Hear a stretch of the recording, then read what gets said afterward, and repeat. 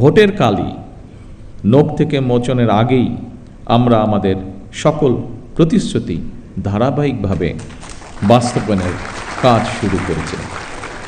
আজকের এই ব্যতিক্রম ধর্মী এই অনুষ্ঠানে আপনারা এমন কিছু মানুষ আজকে এখানে একত্রিত হয়েছেন, কোনো বাধ্যবাধকতা ছাড়াই মানুষ যাদেরকে সম্মান করে, জীবনের অনেক কঠিন মুহূর্তে যাদের কাছে দুটো ভালো উপদেশ বা সঠিক পরামর্শ মানুষ আশা করে এবং পেয়েও থাকে। আজকের এই অনুষ্ঠানে রয়েছেন ইসলাম ধর্মের ধর্মীয় ব্যক্তিত্ব, ইমাম, খতিব, মুয়াজ্জিম সাহেবগণ।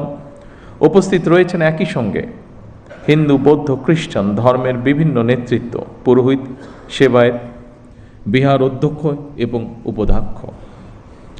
যে উদ্দেশ্যে আজ আমরা এখানে একত্রিত হয়েছি ইতিমধ্যেই আপনারা সেটি দেখেছেন, সেটি জেনেছেন, সেটি আপনারা শুনেছেন। RICL TMX, যুগের পর যুগ স্থাপনা থাকে মজবুত।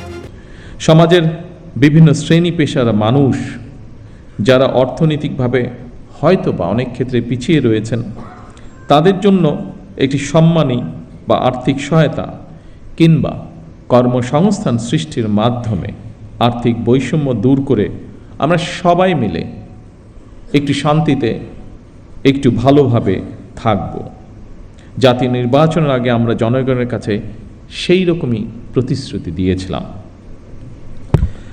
জনগণের রায়, আল্লাহর রহমতে বিএনপি সরকার গঠনের পর ভোটের কালই নখ থেকে মোচনের আগেই আমরা আমাদের সকল প্রতিশ্রুতি ধারাবাহিকভাবে বাস্তবায়নের কাজ শুরু করেছি।